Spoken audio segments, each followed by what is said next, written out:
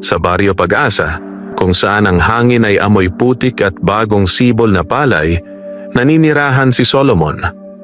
Isang payat na magsasakang ang balat ay pinaitim ng araw at ang mga palad ay magaspang na parang pinatuyong dahon ng niyog. Wala siyang ari-arian kundi ang maliit na lupang minana sa kanyang ama at ang lumang kalabaw na si Berto na kasing hirap din niya ang kapalaran.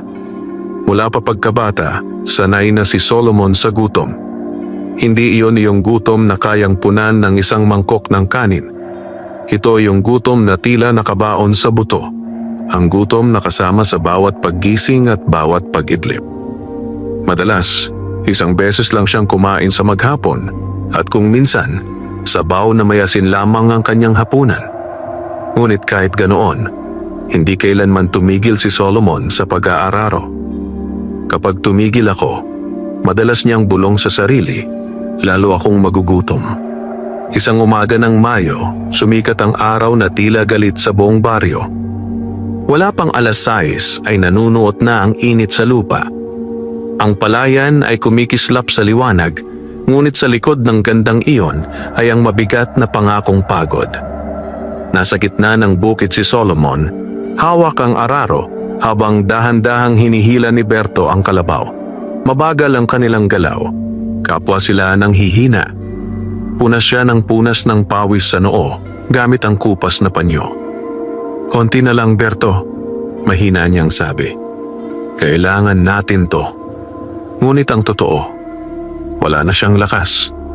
Kagabi, kalahating kamote lang ang kanyang kinain. Wala nang bigas sa kanyang baul. Wala na ring mapagkakautangan sa baryo. Halos lahat ay may sarili ring problema. Humakbang pa siya.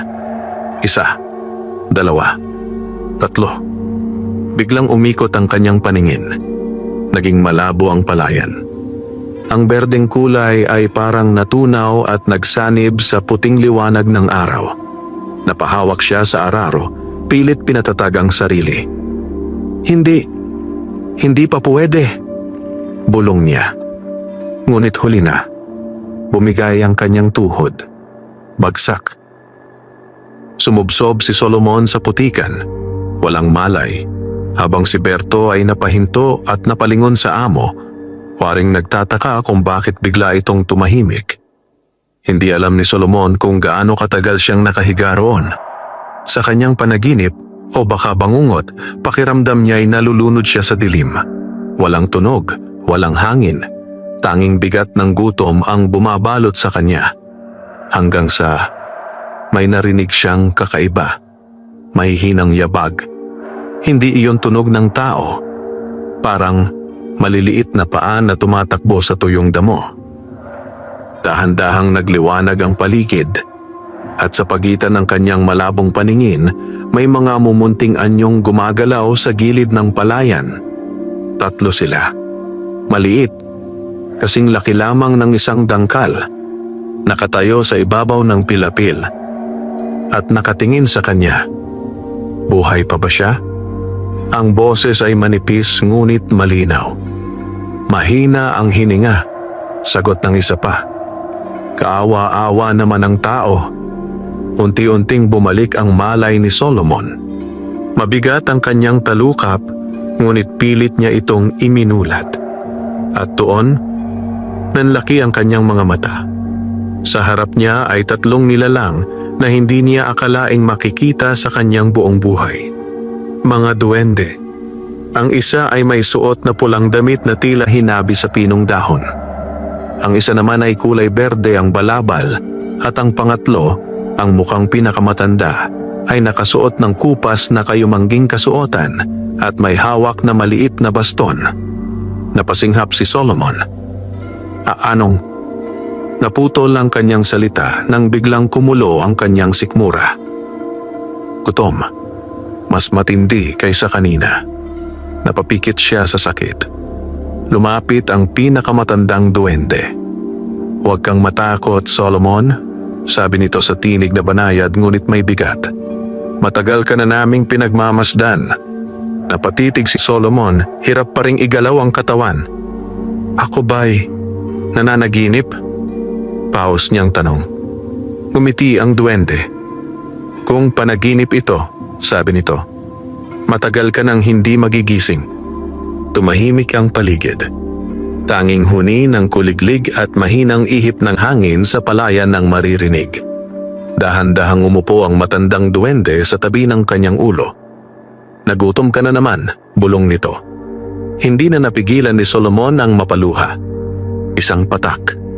2. Oo, mahina niyang sagot. Pero kailangan kong magtrabaho.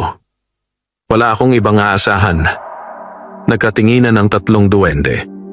At sa sandaling iyon, may kakaibang lungkot na dumaan sa kanilang maliliit na mukha. Maraming tao ang dumaraan dito, sabi ng duwendeng nakaberde. Pero ikaw lang ang hindi tumigil kahit halos bumigay na ang katawan mo. Tumango ang matanda. Hindi ka sakim, hindi ka tamad, hindi ka rin masama ang puso. Lumunok si Solomon, hindi alam kung matatakot o aasa. Titulungan niyo ba ako? Mahina niyang tanong, halos pabulong. Sandaling nanahimik ang matandang duwende. Pagkatapos, marahang ngumiti ito. At doon magsisimula ang pagbabago ng iyong kapalaran, Solomon ng Baryo Pag-asa. Biglang umihip ang malamig na hangin sa gitna ng mainit na tanghali. At sa unang pagkakataon sa mahabang panahon, nakaramdam si Solomon ng kakaibang pag-asa. Dahan-dahang namulat si Solomon sa malamig na haplos ng hangin na tila hindi bagay sa tindi ng sikat ng araw sa ibabaw ng palayan. Kanina lamang ay halos hindi na siya makahinga sa init at gutom, ngunit ngayon may kakaibang ginhawang gumagapang sa kanyang dibdib. Nanatili pa rin sa kanyang harapan ang 3 duwende. Hindi sila naglaho. Hindi rin siya nagising sa sariling kubo. Ibig sabihin, totoo ang lahat. Napasinghap si Solomon at pilit na bumangon, ngunit agad siyang napangiwi. Nangihina pa rin ang kanyang katawan. Huwag kang magmadali, mahinahong sabi ng matandang duwende. Hindi pa lubusang bumabalik ang lakas mo. Lumunok si Solomon. Ang kanyang sikmura ay muling kumulo. Malakas, mahaba at nakakahiya. Parang narinig ng buong palayan. Napayuko siya sa hiya. Patawad, bulong niya. Ngunit sa halip na pagtawanan siya, naglabas ng munting supot ang duwendeng nakaberde. Kasing liit lamang iyon ng kamao ng bata at yari sa tila pinatuyong dahon. Ibinigay iyon sa kanya. Buksan mo, sabi nito. Nag-alinlangan si Solomon, ngunit dahil sa matinding gutom, agad niyang sinunod. Dahan-dahan niyang binuksan ang supot at nanlaki ang kanyang mga mata. Sa loob ay may 3 pirasong puting-puting kanin at isang maliit na hiwa ng inihaw na isda. Hindi iyon marami. Ngunit sa amoy pa lamang, napaluha si Solomon. Ilang araw na siyang hindi nakakatikim ng ganitong pagkain. Para sa iyo? Sabi ng duwendeng nakapula. Kumain ka muna. Hindi na siya nag-atubili. Mabilis ngunit may paggalang niyang isinubo ang kanin. Sa unang subo pa lamang, tila may init na kumalat sa kanyang katawan. Hindi iyon basta kabusugan. May kakaibang lakas na unti-unting bumabalik sa kanyang mga kalamnan. Napapikit siya habang ngumunguya. Para siyang batang muling pinakain matapos ang mahabang gutom. Ilang sandali lang ay naubos niya ang laman ng supot. Napahinga siya ng malalim. Salamat, paos, ngunit taos niyang sabi. Nagkatinginan ang 3 duwende. At saka ngumiti ang matanda. Hindi lang iyan ang ibibigay namin sa iyo, Solomon. Napakunot ang noo ng magsasaka. Ano pong ibig ninyong sabihin? Tumayo ang matandang duwende at dahan-dahang lumakad papunta sa gilid ng pilapil. Itinukod nito ang maliit na baston sa lupa. Tuk. Sa sandaling dumikit ang baston sa putik. Bahagyang umuga ang lupa. Napaatras si Solomon. Ano? Ngunit bago pa niya matapos ang tanong, may kakaibang nangyari sa kanyang harapan. Ang lupang kanina'y tuyot at bitak-bitak ay unti-unting kumintab. Parang may manipis na hamog na bumalot dito. Unti-unting tumayo ang maliliit na sibol ng palay mula sa lupa. Mas mabilis kaysa sa normal na pagtubo. Isang hilera, 2, 3. Sa loob lamang ng ilang saglit, ang bahaging iyon ng palayan ay naging mas luntian kaysa sa natitirang bahagi ng bukid. Napanganga si Solomon. Hindi siya makapaniwala sa nakikita. Ito, bulong niya. Hindi ito posible. Lumapit ang matandang duwende sa kanya. Ang lupa mo ay mabuti, sabi nito. Ang puso mo rin. Tumitig si Solomon. Pero mahina ang iyong katawan at kapalaran, dugtong ng duwende. Kaya narito kami. Napalunok ang magsasaka. Tutulungan niyo po ba akong umunlad? Muling nagkatinginan ang 3 duwende. Ngunit sa pagkakataong ito, may seryoso anyo sa kanilang mga muka. Tutulungan ka namin, sabi ng matanda. Ngunit may kapalit ang bawat biyaya. Parang may malamig na tubig na ibinuhos sa likod ni Solomon. Kapalit? Tumango ang duwende. Hindi namin hinihingi ang ginto, hindi rin ang lupa mo. Bahagyang lumuwag ang dibdib ni Solomon. Kung ganon po, ano ang nais ninyo? Sandaling tumahimik ang paligid. Humuni ang hangin sa ibabaw ng palayan. At saka, marahang nagsalita ang matandang duwende. Kapag dumating ang araw na hihingin namin ang iyong tulong, hindi ka maaaring tumanggi. Napatitig si Solomon. Hindi niya alam kung bakit. Ngunit may kakaibang bigat ang pangungusap na iyon. Para bang may lihim na nakatago sa likod nito. Gayunman, naalala niya ang gutom. Ang walang laman na baul. Ang mga gabing halos hindi siya makatulog sa panghihina. Mariin siyang lumunok. At kung pumayag ako? Ngumiti ang matandang duwende. Isang ngiting hindi niya lubos mabasa kung mabuti ba o mapanganib. Magbabago ang iyong kapalaran. Mahabang katahimikan ang namagitan sa kanila. Pagkatapos, dahan-dahang tumango si Solomon. Pumapayag ako. Sa mismong sandaling iyon, biglang umihip ang malamig na hangin sa buong palayan. At sa malayo, may kung anong gumalaw sa pagitan ng mga pilapil, isang aninong tila nagmamasid. Ngunit hindi iyon napansin ni Solomon. Hindi pa tuluyang lumulubog ang araw nang maghiwa-hiwalay ang 3 duwende sa harapan ni Solomon. Ngunit bago sila tuluyang maglaho sa pagitan ng mga damo, muling nagsalita ang matandang duwende. Bukas ng madaling araw, mainahon nitong bilin. Bumalik ka rito sa gitna ng iyong palayan. May ipapakita kami sa iyo. At parang usok na tinangay ng hangin. Naglaho sila. Napatingin si Solomon sa paligid, nananatiling nakaluhod sa putik. Tahimik ang palayan at kung hindi dahil sa lunti ang bahaging tumubo sa harap niya, iisipin niyang nanaginip lamang siya. Dahan-dahan siyang tumayo. Sa kauna-unahang pagkakataon matapos ang mahabang panahon, hindi siya nanginginig sa gutom. May lakas ang kanyang katawan. Hindi man ganap, ngunit sapat upang makauwi siya nang hindi pa suray-suray. Napatingin siya sa langit. Salamat, bulong niya kahit hindi niya tiyak kung kanino. Kinagabihan, bihirang nakatulog si Solomon. Sa kanyang maliit na kubo na yari sa kawayan at pawid, nakahiga siya sa banig ngunit gising ang isip.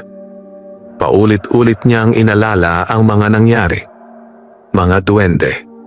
Mahiwagang pagtubo ng palay. At ang pangako na kanyang binitiwan. May kapalit ang bawat biyaya. Hindi niya alam kung bakit, pero may kung anong bumibigat sa kanyang dibdib tuwing naaalala niya yon. Ngunit sa kabila ng kaba, mas malakas ang pag-asa. Kung uunlad ang bukid, bulong niya sa dilim, baka hindi na ako muling magutom. Sa wakas, siya'y nakatulog. Bago pa sumikat ang araw, gising na si Solomon.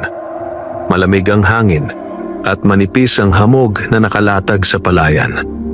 Agad niyang kinuha ang kanyang sombrerong buri at naglakad patungo sa gitna ng bukid. Tahimik ang paligid.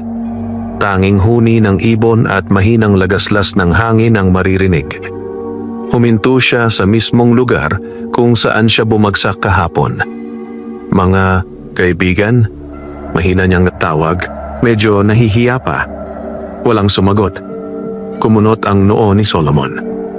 "Mga duwende?" Ulit niya. Sandaling katahimikan. Pagkatapos, may marahang kaluskos sa paanan ng pilapil. Napalingon siya. Isa-isa sumulpot mula sa damuhan ng 3 duwende na tila kanina pa naghihintay. "Maaga kang dumating," sabi ng duwendeng nakapula. "Sinunod ko po ang bilin ninyo," sagot ni Solomon. Tumango ang matandang duwende. "Magaling." Lumapit ito sa gitna ng palayan at itinukod muli ang maliit na baston sa lupa. Tuk! Ngunit sa pagkakataong ito, hindi lang bahagyang umuga ang lupa, biglang lumubog ang isang maliit na bahagi ng putikan sa harap ni Solomon. Napaatras siya. "Ano po yan?" Unti-unting bumuka ang lupa, parang may lihim na bungangang nagbubunyag sa ilalim ng palayan. Lumitaw ang isang bilog na hukay na may makintab na gilid na tila hindi likha ng tao. Nanlaki ang mga mata ni Solomon. "May butas sa lupa." Lumapit ang matandang duwende sa gilid nito. "Ito ang lihim ng iyong bukirin," sabi nito. Napalunok si Solomon. "Ano pong meron dyan?" Tumingala sa kanya ang duwende. "At ikaw ang nakatakdang magbukas nito." Parang biglang nanlamig ang batok ni Solomon. "Ako po," tumango ang duwende. "Pero makinig kang mabuti." Seryoso nitong dugtong. "Hindi lahat ng biyaya ay madaling dalhin." Lalong kumabog ang dibdib ni Solomon. Dahan-dahan siyang lumapit sa hukay. Mula sa loob nito, may mahinang liwanag na kumikislap, parang gintong alikabok na umiikot sa kailaliman. At kasabay nito, may malamig na hangin na umaakyat mula sa ilalim ng lupa. Hindi iyon normal na lamig. Parang may kasamang bulong. Napakunot ang noo ni Solomon. "May naririnig ako." Nagkatinginan ang 3 duwende. "Normal yan," sabi ng nakaberde. "Tinatawag ka na ng lupa." Napalunok siya. Unti-unti, inabot niya ang gilid ng hukay at sumilip sa loob. Sa kailaliman, may nakabaong isang maliit na sisidlang tila yari sa lumang ginto, kalahating nakalubog sa lupa. At habang nakatitig siya roon, biglang may bumulong sa kanyang tainga. Mahina, paos, halos hindi marinig. "Solomon." Nanigas siya. Dahan-dahan siyang napalingon sa mga duwende. "Narinig niyo po ba iyon?" Tahimik ang 3 at ang matandang duwende ay dahan-dahang ngumiti. "Oo," sabi nito. Nagsisimula na itong magising. Biglang mas lumamig ang hangin sa palayan at sa kaibuturan ng lupa, may kung anong gumalaw. Nanatiling nakayuko si Solomon sa gilid ng mahiwagang hukay habang ang malamig na hangin mula sa kailaliman ay patuloy na dumadampi sa kanyang mukha. Hindi iyon ordinaryong lamig. May kakaibang bigat, parang may kasamang buntong hininga ng matagal nang natutulog na lihim. Sa ibaba, patuloy na kumikislap ang maliit na sisidlang tila yari sa lumang ginto. "Ako po ba ang kukuha niyan?" Mahina ngunit nanginginig na tanong ni Solomon. Tumango ang matandang duwende. "Panahon na." Napahigpit ang hawak ni Solomon sa gilid ng hukay. Ramdam niya ang bahagyang panginginig ng kanyang mga daliri, hindi lamang sa takot, kundi sa kung anong hindi niya maipaliwanag na pakiramdam. Parang may humihila sa kanya pababa. Huminga siya ng malalim, para sa kinabukasan, para sa bukid.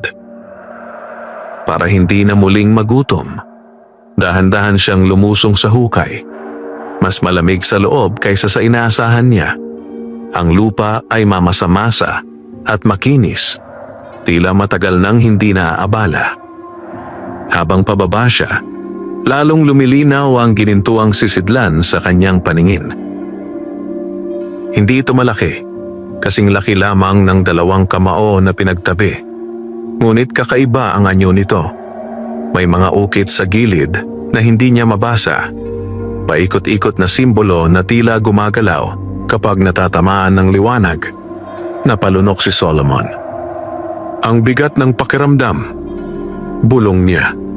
Paglapit niya, mas lumamig ang hangin. At muli, may bumulong. Mas malinaw na ngayon. Hawakan mo. Nanlaki ang mga mata ni Solomon. Hindi iyon galing sa mga duwende. Galing iyon sa sisidlan. Napatras siya ng kaunti. Sa itaas ng hukay, nagsalita ang matandang duwende. Huwag kang matakot. Kilalanin ka lamang ng biyaya. Mariing napapikit si Solomon. Pagkatapos, dahan-dahan niyang inabot ang sisidlan. Pagdampi pa lamang ng kanyang mga daliri sa malamig na ginto. Biglang, umilaw ang buong hukay. Napasinghap siya. Isang malakas na pintig ang dumaloy mula sa sisidlan papunta sa kanyang kamay, parang tibok ng puso na matagal nang natutulog. Napahawak siya sa pulso. Ngunit hindi niya binitiwan. Sa halip, mas humigpit ang kanyang hawak. Unti-unti, binuhat niya ang sisidlan mula sa lupa. At sa mismong sandaling tuluyan itong naiangat, biglang tumigil ang hangin. Tumahimik ang paligid. At saka, isang malalim na buntong hininga ang umaling-aw-ngaw mula sa kailaliman ng lupa. Para bang may matagal nang nakatali, na bahagyang nakaluwag. Nanlamig ang batok ni Solomon. Ano po yon? Nanginginig niyang tanong habang umaakyat pabalik. Ngunit nang makaahon siya sa hukay, tahimik lamang ang 3 duwende. Nakatitig sila sa sisidlan sa kanyang kamay. May kakaibang seryosong anyo sa kanilang mga mukha. Lumapit ang matandang duwende. Buksan mo. Napasinghap si Solomon. Ngayon po, tumango ang duwende. Wala na siyang nagawa. Dahan-dahan niyang inikot ang maliit na takip ng sisidlan. Krrrk. Sa pag-angat ng takip, isang manipis na sinag ng ginintuang liwanag ang sumingaw palabas. Kasabay nito, may malambing ngunit matandang tinig na umalingaw-ngaw mula sa loob. Sa wakas, nanigas si Solomon. Unti-unti niyang sinilip ang laman. At doon, nanlaki ang kanyang mga mata. Sa loob ng sisidlan ay wala palang ginto. Wala ring alahas, kundi isang maliit na butil. Mukhang ordinaryong binhi. Ngunit kumikislap ito na parang may sariling bituin sa loob. Ano po ito? Bulong ni Solomon. Ngumiti ng bahagya ang matandang duwende. Iyan, sabi nito, ang binhi ng kasaganaan. Napatitig si Solomon. Kapag itinanim mo yan sa puso ng iyong bukirin, dugtong ng duwende, magbabago ang kapalaran ng baryo Pag-asa. Bahagyang lumuwag ang dibdib ni Solomon. Ngunit bago pa siya tuluyang makangiti, muling nagsalita ang matandang duwende. Mas mabigat ang tinig nito ngayon. Ngunit tandaan mo, unti-unting nawala ang ngiti ni Solomon. Kapag nagising ang biyaya, humuni ang malamig na hangin sa palayan. May magigising ding iba. Biglang kumabog ang dibdib ni Solomon. Sa malayo, sa dulo ng palayan, may aninong dumaan sa pagitan ng mga tanim. Mabilis, tahimik, nagmamasid. At sa unang pagkakataon, mula nang magsimula ang himala, nakaramdam si Solomon ng tunay na pangamba. Hindi agad nakapagsalita si Solomon matapos marinig ang babala ng matandang duwende. Nakatitig lamang siya sa maliit na butil na kumikislap sa kanyang palad. Ang binhi ng kasaganaan. Napakaliit nito. Ngunit ang bigat sa kanyang dibdib ay parang may pasan siyang buong kaban ng ani. May magigising ding iba. Mahina niyang ulit, tila sinusukat ang bigat ng mga salita. Tumango ang matandang duwende. Ganyan ang batas ng lupa, sabi nito. Kapag may biyayang umuusbong, may inggit ding sumusunod. Napalingon si Solomon sa dulo ng palayan, kung saan niya nakita ang mabilis na aninong dumaan kanina. Tahimik na muli roon. Walang gumagalaw, ngunit hindi na mapakali ang kanyang puso. Kung ganoon po, itutuloy ko pa ba? Maingat niyang tanong. Sandaling nagkatinginan ang tatlong duwende. Pagkatapos ay marahang ngumiti ang matanda. Hindi ka namin pipilitin, Solomon, sabi nito. Ang kapalaran ay pinipili, hindi ipinipilit. Napahigpit ang hawak ni Solomon sa sisidlan. Pumasok sa isip niya ang mga gabing walang laman ng kanyang sikmura. Ang mga araw na halos hindi makatayo si Berto sa pagod. Ang kanyang kubong halos tangay ng hangin kapag may bagyo. Mariin siyang lumunok. Itatanim ko po, matatag niyang sabi. Sa unang pagkakataon, lumiwanag ang muka ng tatlong duwende. Magaling, bulong ng nakaberde. Tinuro ng matandang duwende ang gitna ng palayan. Ang bahagi ng lupa na pinakatuyo at halos hindi na tinutubuan. Diyan, sabi nito, sa pusod ng iyong bukid. Napakunot ang noo ni Solomon. Pero po, iyan ang pinakamatigas na bahagi ng lupa ko. Ngumiti ang duwende. Mas matigas ang lupa, mas malalim ang ugat ng himala. Napahinga si Solomon ng malalim. Pagkatapos ay hinubad niya ang kanyang tsinelas at lumusong sa putikan. Kinuha niya ang kanyang maliit na pala na nakasandal sa pilapil at nagsimulang maghukay. Isaya, 2, 3. Mabigat ang lupa. Makunat. Parang ayaw magpaubaya. Ngunit ngayon, iba ang pakiramdam ng katawan ni Solomon. Mas may lakas siya. Mas may sigla. Parang may banayad na init na gumagabay sa kanyang mga galaw. Hindi nagtagal, nakahukay siya ng maliit ngunit sapat na lalim. Napahinto siya at tumingin sa tatlong duwende. Handa na po. Tumango ang matandang duwende. Ilagay mo ang binhi. Dahan-dahang inilapit ni Solomon ang kanyang kamay sa hukay. Saglit siyang nag-alinlangan. Kapag itinanim ko po ito, talagang magbabago ang lahat? Tumingin sa kanya ang matanda, diretso sa mga mata. Oo, sabi nito. Hindi lang ang lupa. Muling kumabog ang dibdib ni Solomon. Ngunit hindi na siya umatras. Marahan niyang inilapag ang kumikislap na butil sa loob ng hukay. Sa sandaling dumikit ito sa lupa, biglang uminit ang paligid. Napaatras si Solomon. Unti-unting gumalaw ang lupa. Parang humihinga. Anong pa? Bago pa niya matapos ang salita, biglang bumaon ng binhi sa ilalim ng lupa ng kusa. At kasunod nito, umuga ang buong palayan. Malakas, malalim. Parang may higanting gumising sa ilalim ng lupa. Solomon! Sigaw ng nakapulang duwende. Napaatras siya ng tuluyan. Sa mismong lugar na pinagbaunan niya, unti-unting sumibol ang isang manipis na usbong. Ngunit hindi ito ordinaryong palay. Ang dahon nito ay may bahagyang gintong kinang.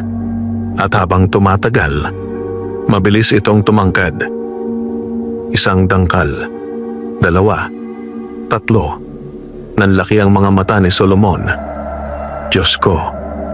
Ngunit kasabay ng pag-usbong ng mahiwagang halaman, biglang umihip ang malamig na hangin mula sa dulo ng palayan. Mas malakas kaysa kanina, mas mabigat. Unti-unting nanahimik ang tatlong duwende. Nawala ang kanilang mga ngiti. Dahan-dahang napalingon ang matandang duwende sa malayo. At dumating na nga, mahina nitong sabi. Ang lamig ang batok ni Solomon. Ano po ang dumating? Hindi agad sumagot ang matanda. Sa halip, itinuro nito ang dulo ng palayan. Dahan-dahang napalingon si Solomon. At doon, sa pagitan ng mga tanim, may nakatayong maitim na anyo ng tao. Payat, mahaba ang mga braso, at ang mga mata, kumikislap sa dilim kahit tirik ang araw. Hindi iyon tao. Unti-unting napaatras si Solomon. Di duwende rin po ba siya? Mahina ngunit mabigat ang sagot ng matandang duwende. Hindi. Humuni ang malamig na hangin. At hindi siya naparito para tumulong. Unti-unting ngumiti ang maitim na nilalang sa malayo.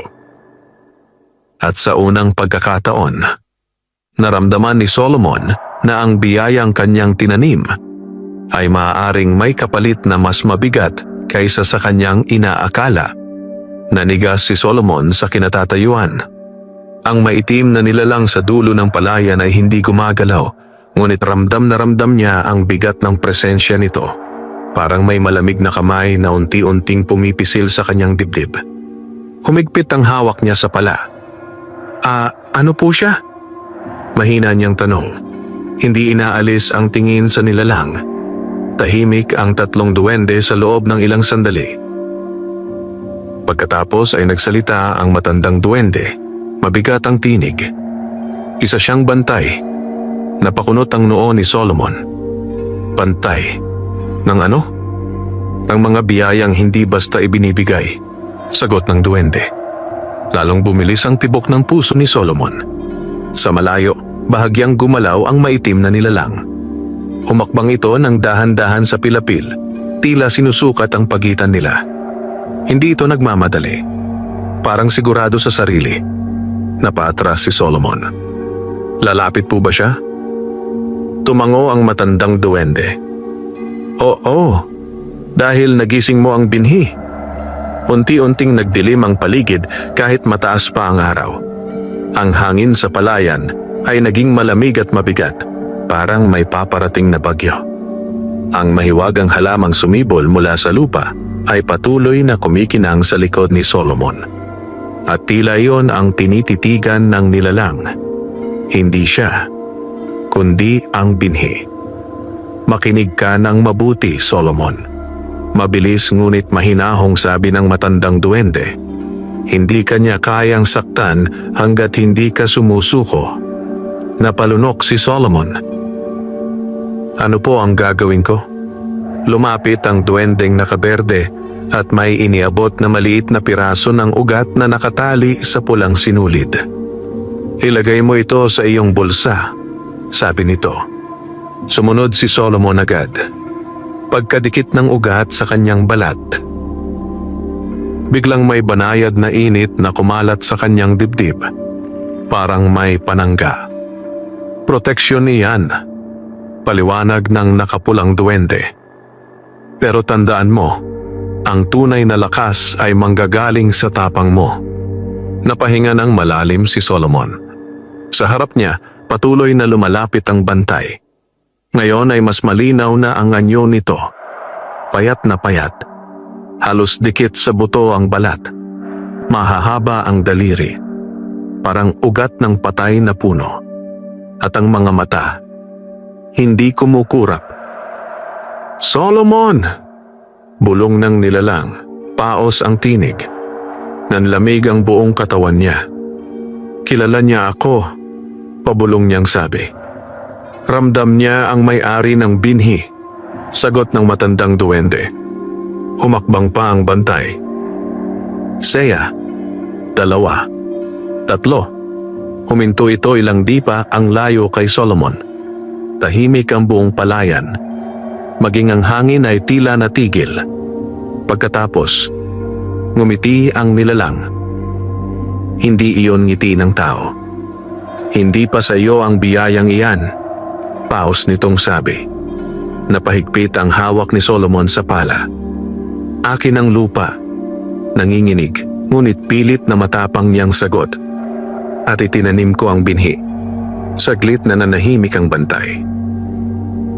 Pagkatapos ay bahagyang tumagilid ang ulo nito. Para bang sinusuri siya. Biglang umihip ang malamig na hangin. At sa isang iglap, nawala ang nilalang. Napasinghap si Solomon. Nasaan siya? Tahimik ang paligid. Pagkatapos, mula sa likuran niya, mahina ka pa. Nanlaki ang kanyang mga mata. Mabilis siyang napalingon. Ngunit bago pa siya makaiwas, biglang may malamig na hangin na dumaan sa kanyang tagiliran. Napaatras siya, muntik matumba. Solomon, sigaw ng nakapulang duwende. Mariing napapikit si Solomon at itinaas ang pala. Handa, kahit nanginginig. Ngunit, sa sumunod na sandali, tumahimik ang hangin, nawala ang lamig, at nang magmulat siya, wala na ang bantay. Para itong naglaho na parang usok.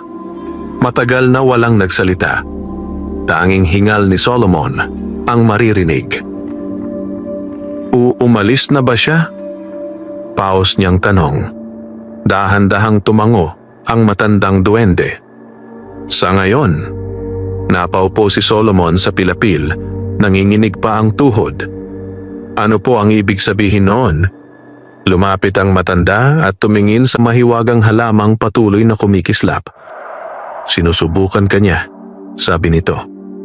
Susubukan? Oo, dugtong ng duwende. Dahil mula ngayon, Solomon, humuni ang hangin sa ibabaw ng palayan. Ikaw na ang bantay ng biyaya. Nanlaki ang mga mata ni Solomon. At sa kauna-unahang pagkakataon, mula nang magsimula ang himala, naunawaan niya. Hindi lang pala pagpapala ang kanyang tinanggap, kundi isa tungkuling maaaring magbago sa kapalaran ng buong baryo. Matagal na nakaupo si Solomon sa pilapil, nakatitig sa mahiwagang halamang may gintong kinang. Ang mga salita ng matandang duwende ay paulit-ulit na umuukil-kil sa kanyang isipan. Ikaw na ang bantay ng biyaya. Hindi niya kailanman inisip na darating ang araw na siya, isang hamak at gutom na magsasaka, ay bibigyan ng ganitong tungkulin. Handa ka na ba, Solomon? Marahang tanong ng matandang duwende. Napalingon siya. Kung tatanungin po ninyo ako, hindi ko po alam. Tapat niyang sagot. Bahagyang ngumiti ang duwende. Magandang sagot.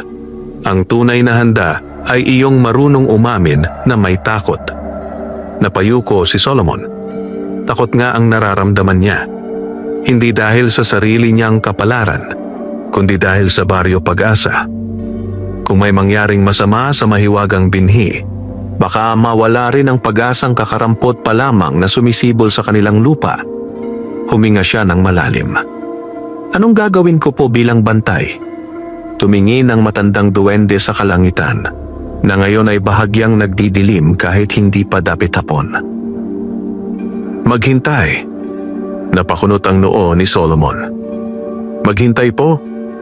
Tumango ang duwende. Kapag may biyayang umuusbong, laging may sumusubok na umagaw. Hindi kanya titigilan. Biglang kumabog ang dibdib ni Solomon. Yung nilalang kanina? Oh, sabay-sabay na sagot ng tatlong duwende. Hindi nagtagal, nagpaalam muna ang mga duwende. Babalik kami kapag kinakailangan, sabi ng matanda bago sila muling naglaho sa damuhan. At muli, nag-isa si Solomon sa gitna ng palayan. Ngunit iba na ang pakiramdam ngayon. Hindi na ito ang tahimik na bukid na nakasanayan niya. May kung anong nagmamasid. Hindi niya makita. Ngunit ramdam niya.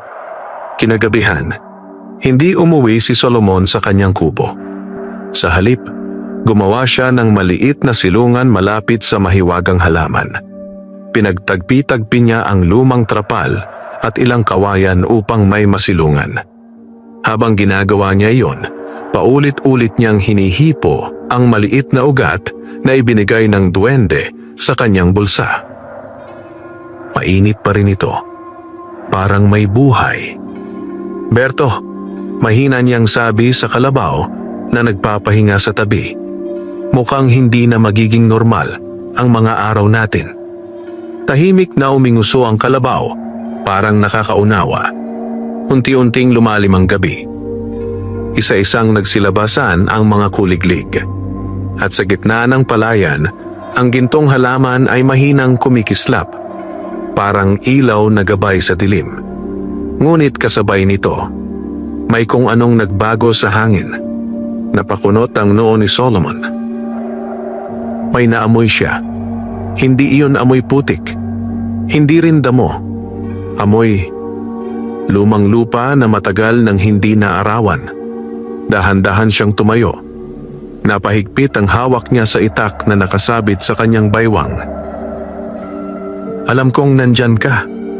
Malakas ngunit nanginginig niyang sabi sa dilim. Tahimik ang paligid. Pagkatapos, may mahinang tawa. Mahaba. Pause. Galing sa likod ng palayan. Nanlamig ang batok ni Solomon. Dahan-dahan siyang napalingon. Sa pagitan ng mga tanim, may gumagalaw. Hindi isa, kundi marami. Nanlaki ang kanyang mga mata. Hindi lang siya mag-isa. Bulong niya. Unti-unting lumitaw ang mga anyo sa dilim. Mga aninong payat. Mahahaba ang mga braso. At ang mga mata. Kumikislap sa gabi. Mula sa gitna ng mga ito, lumabas ang pamilyar na nilalang. Ang bantay na nakita niya kanina. Ngunit ngayon, mas malinaw ang ngiti nito. "Sinabi ko na sa'yo," paos nitong bulong. Humigpit ang hawak ni Solomon sa itak. "Ano ang gusto mo?" sigaw niya. Huminto ang nilalang ilang hakbang ang layo. Tumingin ito sa kumikislap na halaman. Pagkatapos ay muling tumitig kay Solomon. "Ang hindi pa sa'yo?" Biglang lumakas ang hangin. Nagsayawa ng mga dahon ng palay. At sabay-sabay, humakbang pasulong ang mga anino. "Solomon!"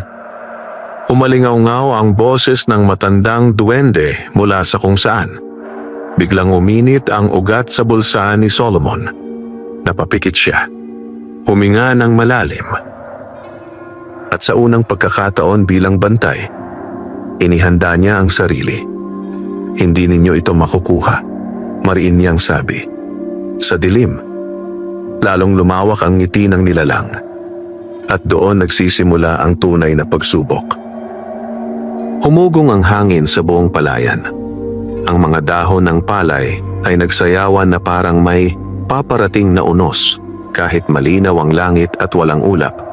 Sa harap ni Solomon, patuloy na sumusulong ang mga payat na anino. Tahimik, mabagal, ngunit tiyak ang galaw. Hindi sila nagmamadali. Parang alam nilang wala siyang matatakbuhan. Napahigpit ang hawak ni Solomon sa kanyang itak. Ramdam niya ang pawis na gumuguhit sa kanyang sentido kahit malamig ang gabi. Sa bulsa niya, lalong umiinit ang maliit na ugat na bigay ng duwende. Parang nagbababala. "Lumayo kayo." Malakas niyang sigaw. Pilit pinatatatag ang boses. Tumigil sandali ang mga anino. Pagkatapos, sabay-sabay silang ngumisi. Hindi iyon tunog ng tao. Mas malalim, mas hungkag, at mula sa gitna nila, muling humakbang ang bantay. Ang maitim na nilalang na unang nagpakita kay Solomon. Ngayon ay mas malinaw ang anyo nito sa liwanag ng buwan. Ang balat nito ay tila tuyong lupa. Ang mga mata ay kumikislap na parang basang uling. "At matapang ka na ngayon," paus nitong sabi. Hindi sumagot si Solomon. Sa halip, bahagya siyang umatras. Sapat lang upang mailagay ang sarili sa pagitan ng mga nilalang at ng mahiwagang halamang patuloy na kumikislap sa likuran niya. Hindi ninyo ito makukuha, mariin niyang ulit. Saglit na katahimikan. Pagkatapos, humakbang ang bantay. 1, 2, 3. At sa bawat hakbang nito, mas lumalamig ang hangin. Mas bumibigat ang gabi. Hindi mo pa nauunawaan, tao, bulong nito. Ang binhing iyan ay hindi basta regalo. Nanikip ang dibdib ni Solomon. Alam ko, sagot niya, kahit may kaba. Pero ako ang napili. Biglang tumigil ang bantay. Tumingin ito sa kanya, diretsyong-diretso. At sa unang pagkakataon, nawala ang ngiti nito. Kung ganoon, paos nitong sabi, patunayan mo. Sa isang iglap, sumugod ang mga anino. Ngayon, umalingaw-ngaw ang boses ng matandang duwende mula sa dilim. Biglang nagliyab ang init ng ugat sa bulsa ni Solomon. Napasinghap siya at parang may sariling isip ang kanyang katawan. Mabilis niyang itinaas ang itak.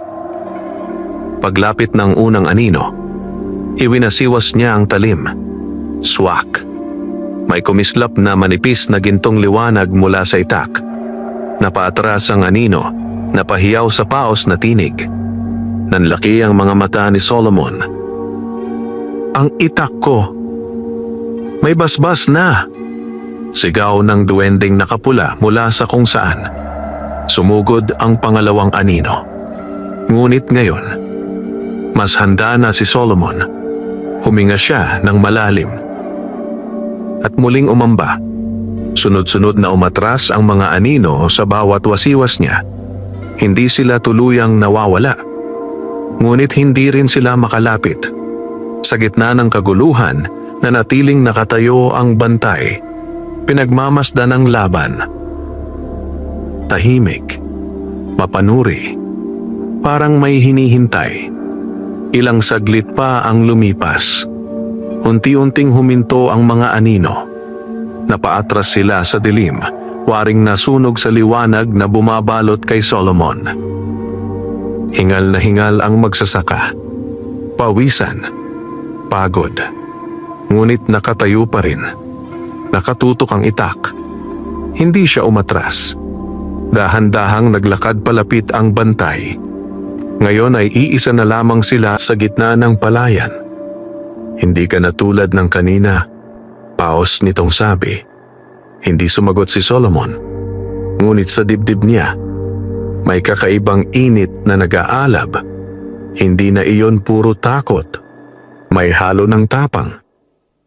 Tumigil ang bantay, ilang hakbang ang layo. Tumingin ito sa kumikislap na halaman. Pagkatapos ay bumalik ang tingin kay Solomon. Mahaba ang katahimikan. At saka, marahang tumango ang nilalang. Sa ngayon, unti-unti itong umatras sa dilim. Ikaw muna ang bantay. Biglang humupa ang malamig na hangin. Nawala ang bigat ng gabi. At isa-isang naglaho ang mga anino sa pagitan ng mga palay. Matagal na nakatayo si Solomon bago siya tuluyang napaluhod sa pagod. Hingal, pawis, ngunit buhay. Mula sa likod niya, isa-isang lumitaw ang 3 duwende. Magaling, Solomon, sabi ng matandang duwende, may bahagyang ngiti. Napatingala ang magsasaka.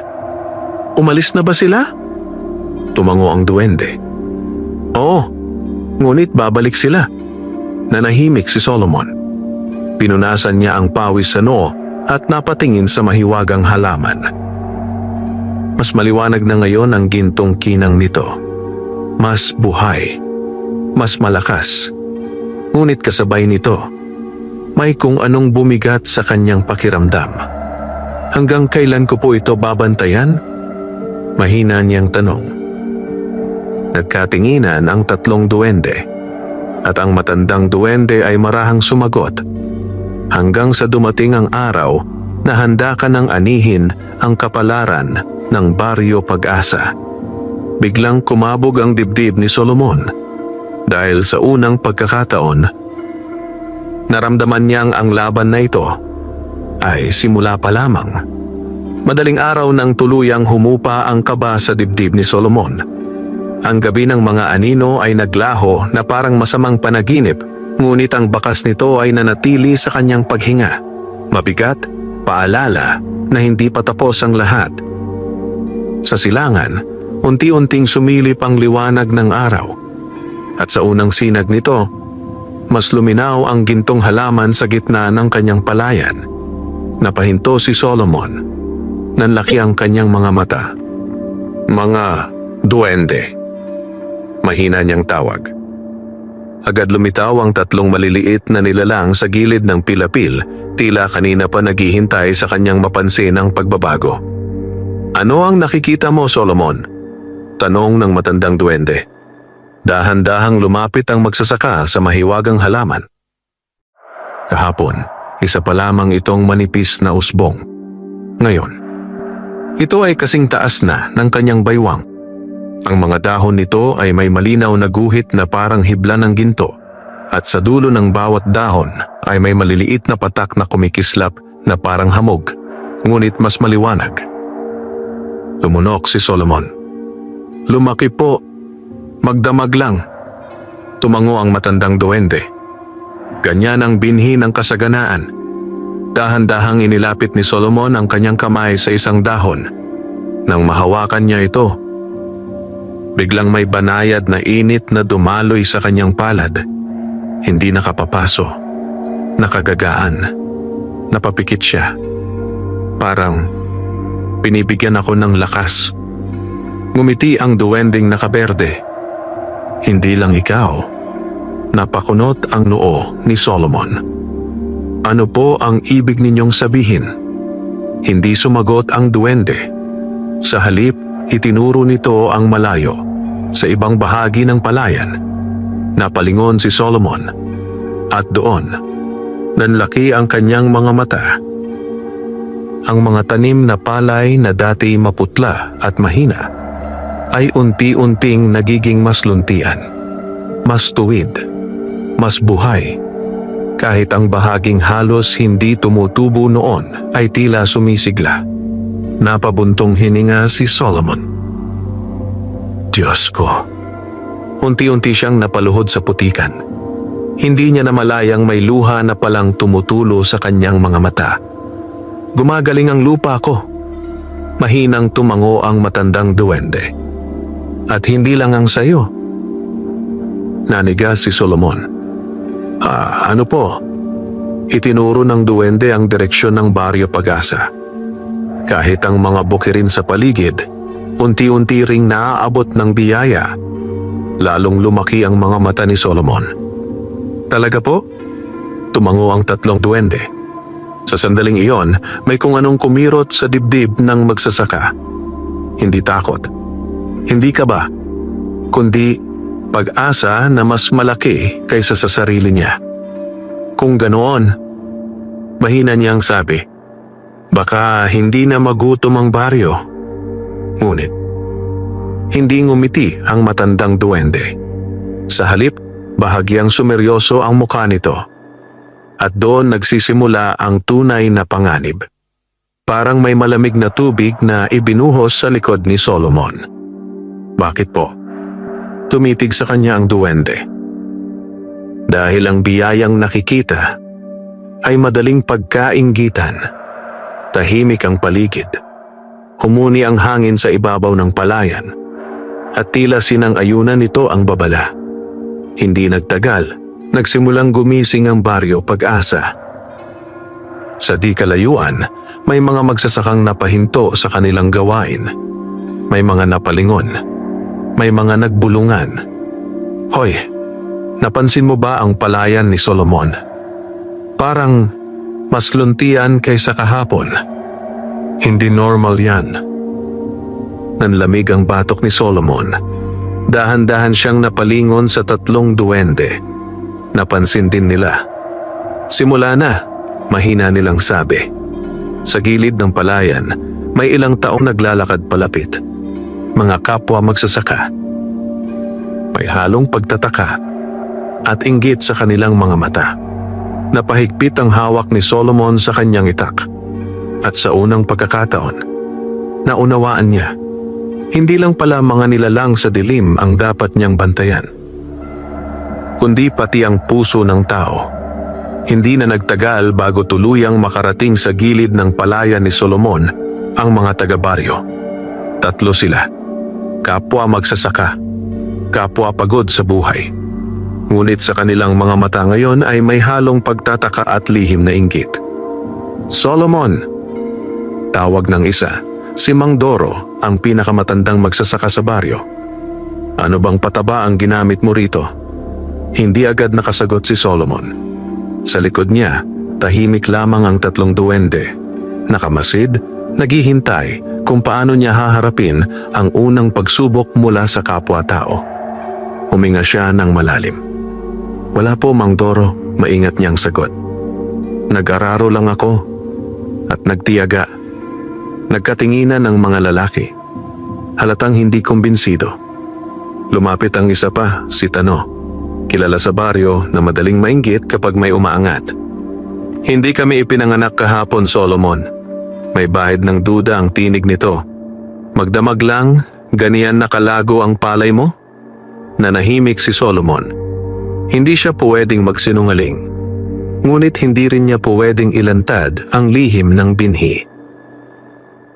Sa kanyang bulsa, bahagyang uminit ang ugat na bigay ng duwende.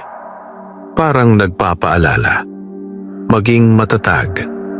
Mang Tano. Dahan-dahan niyang sabi, kung may biyayang dumating, gusto ko sanang makinabang din ang baryo. Napakunot ang noo ng mga lalaki. Anong ibig mong sabihin? Tumayo si Solomon at itinuro ang malawak niyang palayan. Kapag dumating ang anihan, sabi niya, magbibigay ako ng bahagi sa mga kapos. Biglang nanahimik ang hangin. Maging ang 3 duwende ay napatingin sa kanya. Hindi nila inaasahan ang sagot na iyon. Nagkatinginan ang mga magsasaka. Unti-unting nawala ang tigas sa mukha ni Mang Doro. Kung totoo ang sinasabi mo, mahina nitong sabi, malaking tulong yan sa baryo.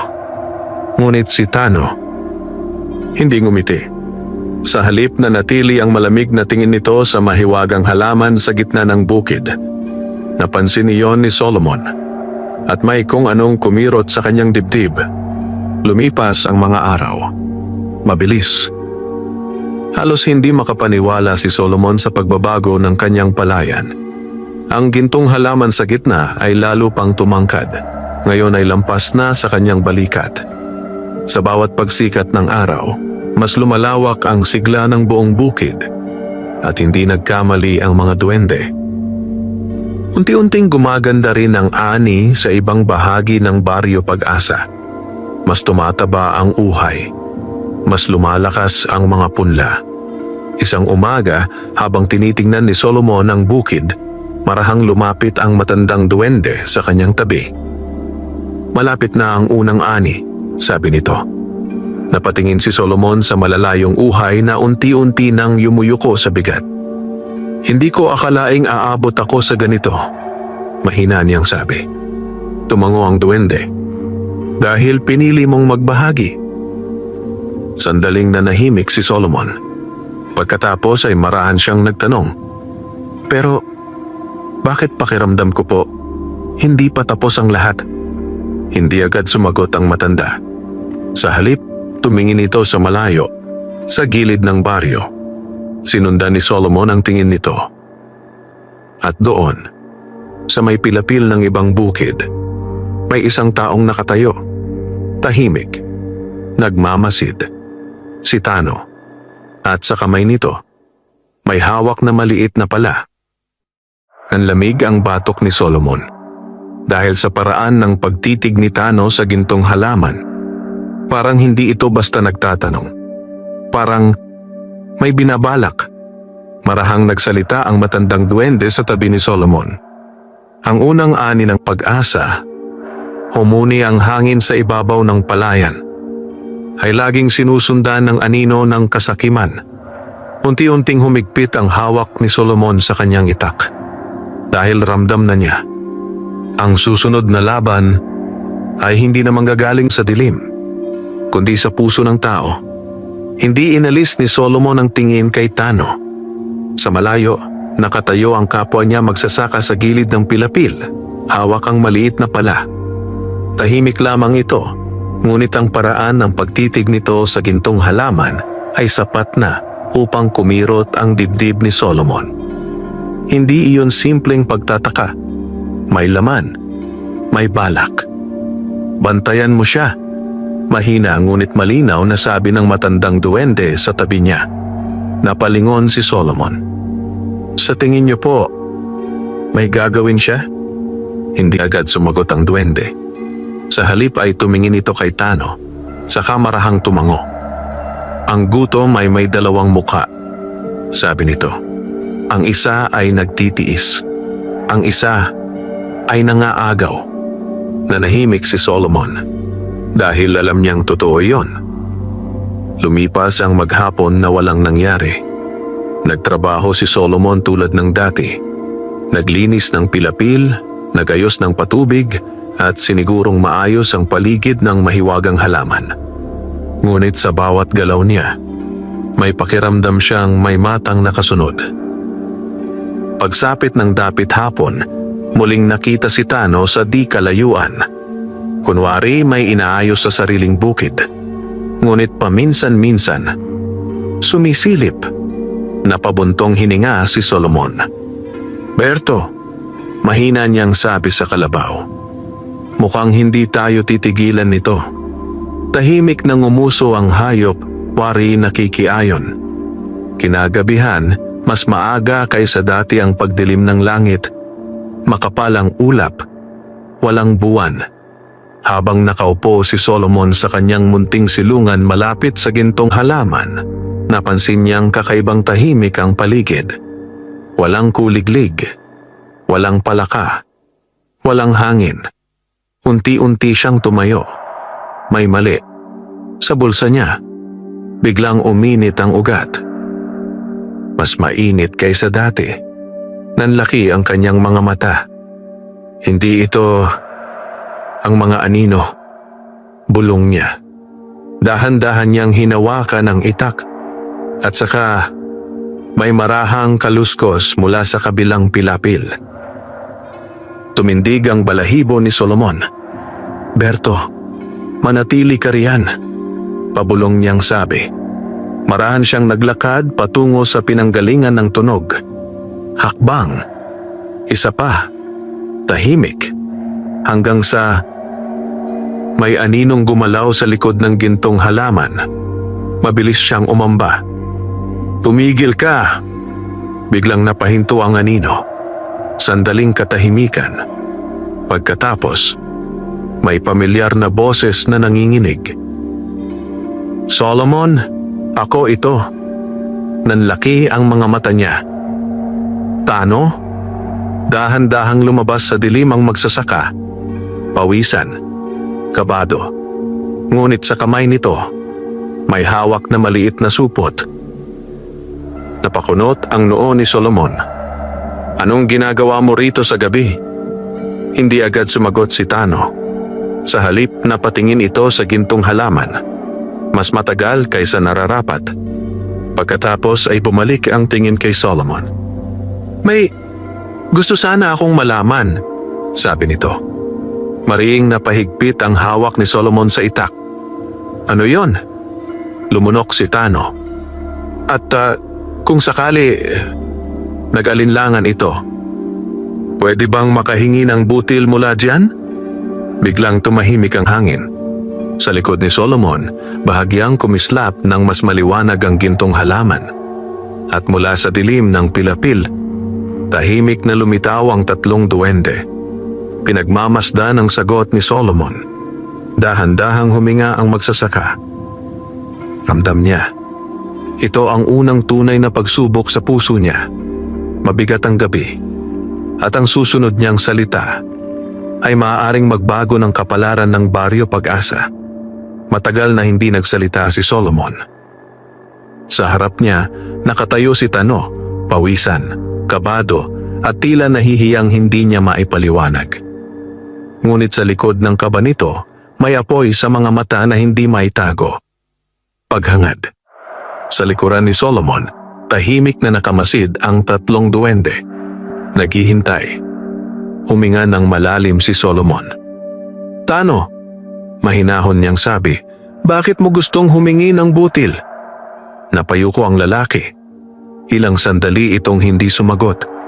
Pagkatapos, "May sakit ang bunso ko," paos nitong sabi. 3 araw nang halos walang makain. Parang may kumirot sa dibdib ni Solomon. Hindi niya inaasahan yon. Saglit siyang napatitig sa mukha ni Tano at doon niya nakita ang hindi niya napansin noon. Hindi lang inggit. May pagod, may takot, may desperasyon. Tahimik na nagkatinginan ng 3 duwende. Bahagyang nagbago ang hangin sa paligid. Lumunok si Solomon. "Bakit hindi ka nagsabi kanina sa harap ng iba?" tanong niya. Napangiwi si Tano. "Hindi ako sanay manghingi," mahina nitong sagot.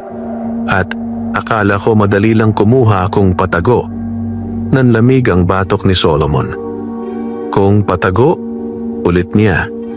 Napayuko si Tano, halatang nahiya sa sariling nasabi. Tahimik ang gabi. Tanging mahinang kaluskos ng palay ang maririnig.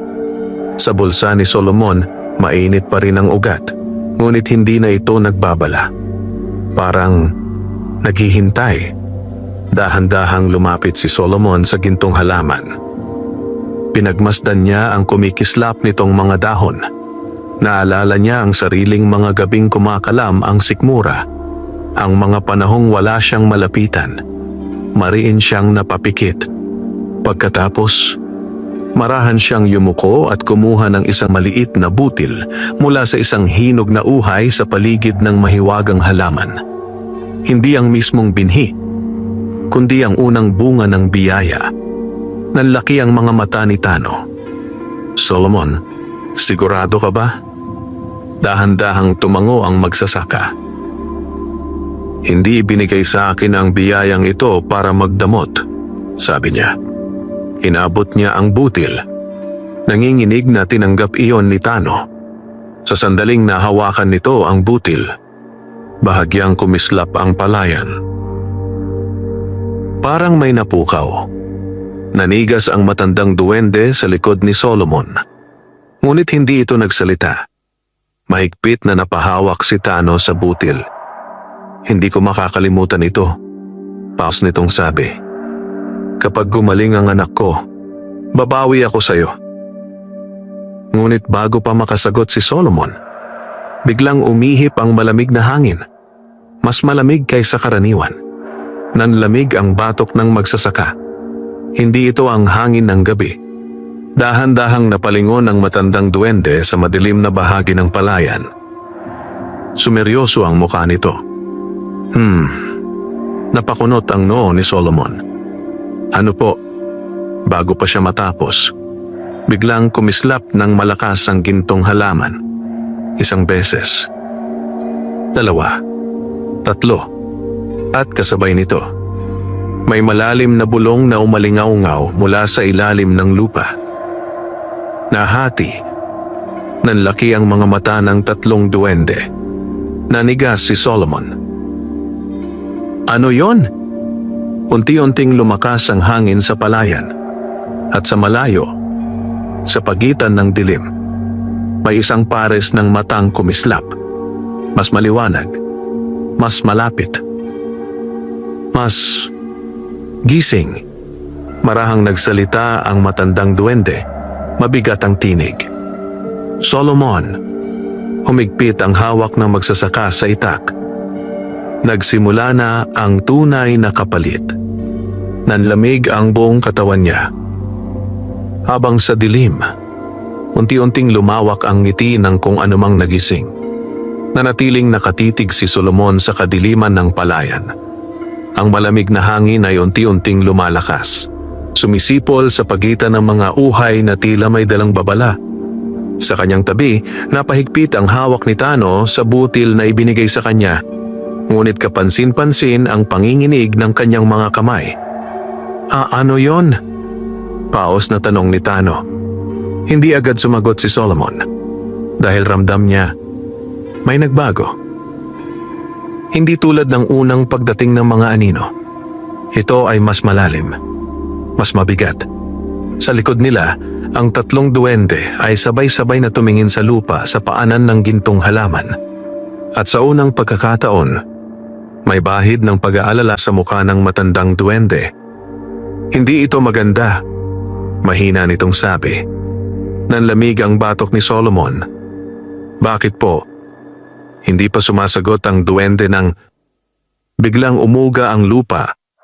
Malakas, malalim. Napaatras si Tano at napaupo sa putikan. Ano yan? Muling umuga ang lupa, ngunit sa pagkakataong ito, nakasentro sa paligid ng mahiwagang halaman. Ang mga dahon nitong may gintong kinang ay biglang nagsayawan kahit walang hangin. At mula sa ilalim ng lupa, may mabagal na tunog, parang may kumakaladkad. Nanlaki ang mga mata ni Solomon. May umaakyat. Unti-unting bumuka ang lupa ilang dipa mula sa gintong halaman. Hindi tulad ng naunang hukay. Mas malaki ito, mas madilim, at mula sa loob, may sumingaw na malamig na usok na amoy lumang kuweba. Napaatras si Solomon, itinaas ang itak. "Lumayo kayo!" Sigaw niya kay Tano. Ngunit nanigas ang magsasaka. Hindi makagalaw, hindi makapagsalita. Sa gitna ng usok, may gumalaw. Una ay isang mahabang daliri, payat, maputla. Parang ugat na hinugot mula sa kailaliman. Kasunod nito, isang kamay. Pagkatapos, unti-unting umangat ang isang anyo mula sa lupa. Mas malaki kaysa sa mga anino noon. Mas buo. Mas buhay. Nanlaki ang mga mata ni Solomon. Hindi na ito basta bantay. Ang nilalang sa harap nila ay may anyong halos tao. Ngunit ang balat ay parang basag-basag na lupa. Ang mga mata, kumikislap na parang apoy na nakabaon sa hukay. At ang bibig, unti-unting ngumiti. Nahati ang biyaya. Paos nitong bulong. Nanlamig ang buong katawan ni Solomon.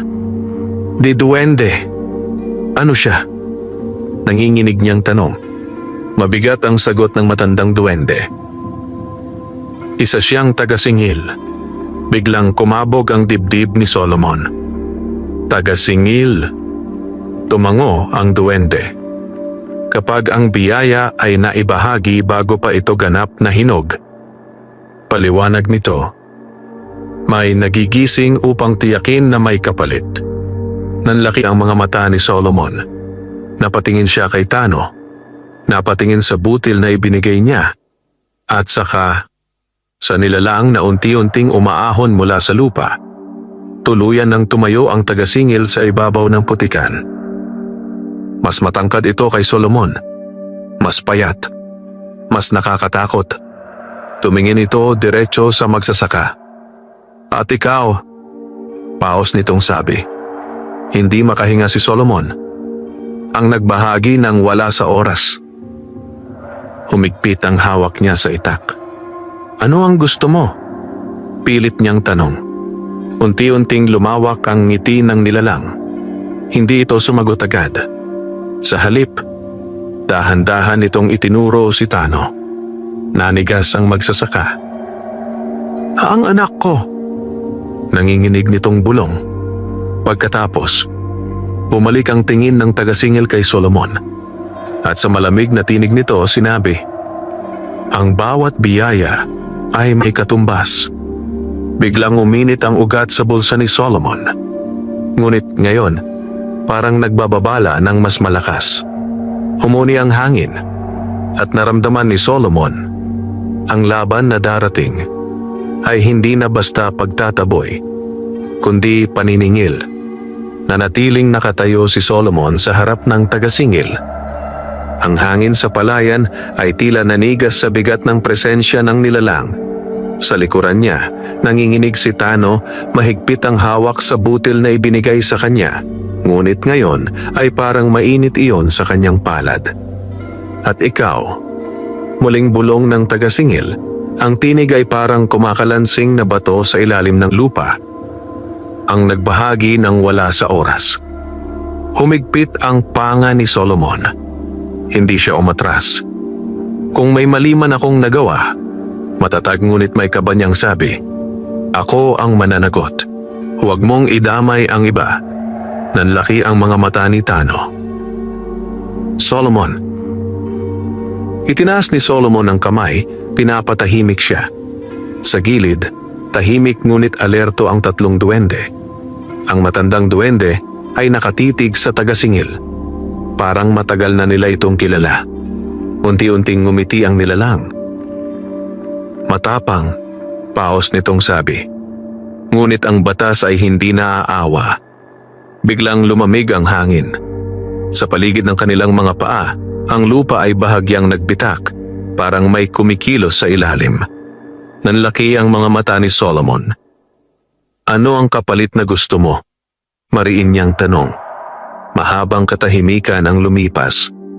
Pagkatapos, dahan-dahang itinaas ng tagasingil ang isang mahabang daliri at itinuro.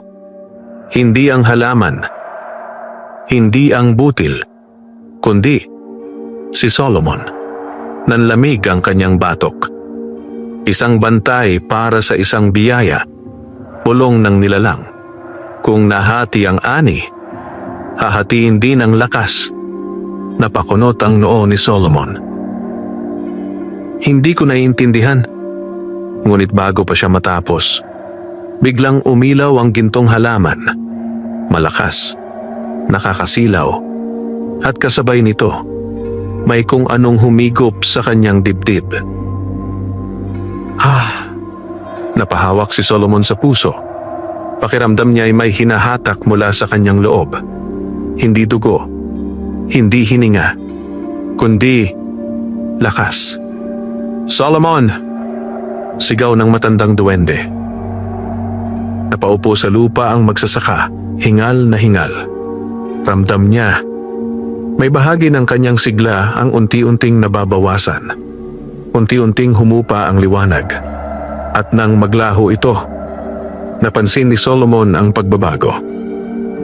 Ang gintong halaman ay bahagyang kumupas ang kinang at ang tagasingil, mas maliwanag ang mga mata, mas buo ang anyo. Nanlaki ang mga mata ng tatlong duwende. Hinati niya ang bisa, bulong ng nakaberde. Hingal na hingal si Solomon. Ano ang ginawa mo sa akin? Paos niyang tanong. Unti-unting ngumiti ang tagasingil. Binayaran mo ang unang utang. Biglang kumabog ang dibdib ni Solomon. Uutang? Tumango ang nilalang. Bawat butil na naibahagi bago ang takdang panahon ay may kabayaran. Napatingin si Solomon kay Tano. Nanginginig ang magsasaka, halos hindi makatingin sa kanya. Hindi ko alam, bulong nito. Hindi ko alam na... Tumahimik ka. Mahina ngunit hindi galit na sabi ni Solomon. Pagkatapos ay muli siyang tumingin sa tagasingil. Kung may natira pang utang, sabi niya, pilit na tumatayo, ako ang sisingilin mo. Sandaling nanahimik ang nilalang. Tila sinusukat ang kanyang tapang. Pagkatapos, marahang tumango ang tagasingil. May natitira pa. Nanlamig ang hangin. At babalikan kita kapag handa na ang ani. Sa isang iglap, naglaho ang nilalang sa malamig na usok. Matagal bago nakahinga ng maayos si Solomon. Parang may bahagi ng kanyang katawan na biglang tumanda. Napaupo siya sa putikan. Sa tabi niya, dahan-dahang lumapit ang matandang duwende. Solomon, mahinahon nitong sabi. Hindi ko siya pagsisisihan. Agad niyang putol, kahit pagod ang boses. Kung may batang mabubuhay dahil doon, tatanggapin ko. Tahimik ang tatlong duwende.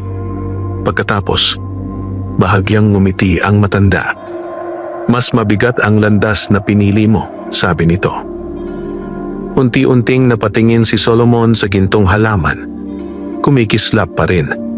Ngunit hindi na kasing lakas ng dati. At sa dibdib niya, ramdam niyang may kulang na. Ngunit sa kaibuturan ng puso niya, may apoy na mas tumibay. Dahil ngayon alam na niya, ang tunay na laban ay darating sa mismong araw ng anihan. Mabagal ang umaga sa baryo Pag-asa. Ang sikat ng araw ay sumilip sa palayan na tila walang alam sa nangyari noong gabi. Ngunit para kay Solomon, hindi na pareho ang lahat. Habang naglalakad siya sa pilapil, ramdam niya ang bigat ng kanyang katawan. Parang may nakapatong na bato sa kanyang dibdib. Napahinto siya at napahawak sa tuhod. Hingalin ka na agad? Nag-aalalang tanong ni Tano na nakatayo ilang hakbang ang layo. Hindi agad sumagot si Solomon. Ayaw niyang ipakita ang kahinaan. Pagod lang, maikli niyang sabi.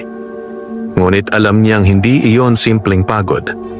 Sa bawat hakbang niya, may kulang. Parang may bahagi ng kanyang lakas na hindi na bumalik. Sa gitna ng palayan, tahimik na kumikislap ang gintong halaman. Ngunit kung mapapansin ng mabuti, mas banayad na ang liwanag nito kaysa dati. Napansin niyon ng matandang duwende na biglang lumitaw sa tabi ng halaman. Totoo nga, bulong nito. Lumapit si Solomon. Ano po? Tumingin sa kanya ang duwende. May nawala sa iyo kagabi. Hindi na siya nagkunwari. Oh, mahina niyang sagot. Ramdam ko. Saglit na nanahimik ang matanda.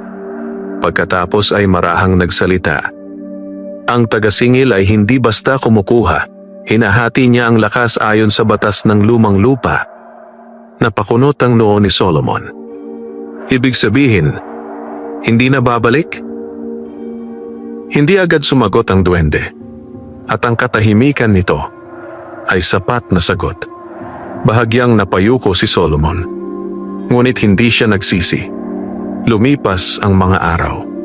Sa kabila ng nabawas na lakas, patuloy pa ring nagtrabaho si Solomon sa bukid.